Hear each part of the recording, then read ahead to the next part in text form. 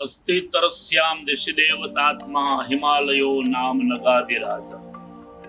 ભારતીય સનાતન સંસ્કૃતિ વિશ્વની મહાન સંસ્કૃતિ છે એટલા માટે કે ભારતીય સંસ્કૃતિએ પ્રકૃતિના રક્ષણની વાત કરી છે, સમાજ પ્રેમની વાત કરી છે, વસુધૈવ કુટુંબકમની વાત કરી છે, સૌ પ્રાણી માત્રોને સ્વસ્થ રીતે જીવન જીવવાની વાત જો વિશ્વમાં કોઈ કરી હોય તો એ ભારતીય સનાતન સંસ્કૃતિ છે। ભારતીય સનાતન સંસ્કૃતિ ઋષિ મુનિઓ દ્વારા દોહન કરેલી સંસ્કૃતિ છે। આ સંસ્કૃતિ પોતાના પિતૃઓને યાદ કરી અને કાગડાઓને ખીર નાખનારી સંસ્કૃતિ છે। ભારતીય સનાતન સંસ્કૃતિ કીડીઓ, નાના જેવા કીડી જેવા પ્રાણીઓને પણ કીડિયાનું પૂરવાની સંસ્કૃતિ છે। ગાયને રોટલો આપવો હોય, કૂતરાને રોટલી આપવી હોય, ત્યાં સનાતન સંસ્કૃતિએ બતાવ્યું છે।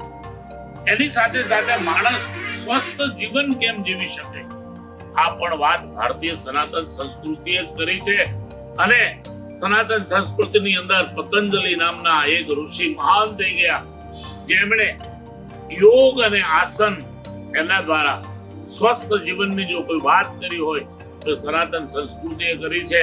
હું નરેન્દ્રભાઈ મોદી સાહેબને ધન્યવાદ આપીશ, હું રામદેવજી મહારાજને ધન્યવાદ આપીશ કે વર્ષો જૂની આ પરંપરા એને ફરીવાર જીવંત કરવાનું જો કોઈ કાર્ય કર્યું હોય, સનાતન સંસ્કૃતિને આસન, યોગ, પ્રાણાયામ એના દ્વારા માણસ સ્વસ્થ જીવન જીવી શકે, માણસ પવિત્ર જીવન જીવી શકે, માણસ બીજાના જીવનની વિચારોની વાત કરનારું જીવન જીવી શકે, માણસ પરના સુખની વાત એ કરનારું જીવન જીવી શકે।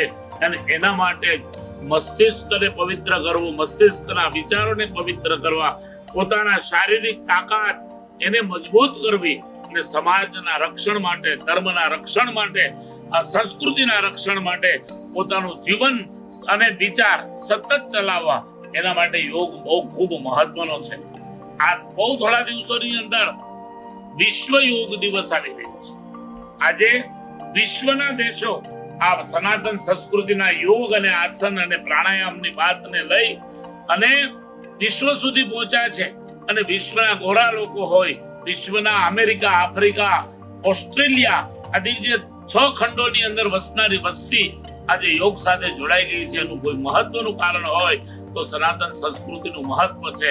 તો ચાલો આપણે પણ આ યોગ દિવસને ખૂબ ધામધૂમીથી ઉજવીએ, આપણા બાળકોને નાનપણમાં જ યોગ અને આસનની વાતો કરીએ, યોગ અને આસન શીખવાડીએ, જેનાથી એ બાળક પોતાના જીવનમાં શક્તિશાળી બને, માનસિક પવિત્ર વિચારો વાળું બને, આદર્શ બને, રાષ્ટ્ર પ્રેમી બને અને સમાજ પ્રેમી બને। આ પ્રાર્થના સાથે સૌને યોગ દિવસની ખૂબ ખૂબ શુભેચ્છા સાથે સૌને ખૂબ ભાવથી વંદે માતરમ, ભારત માતા કી જય, જય સ્વામિનારાયણ।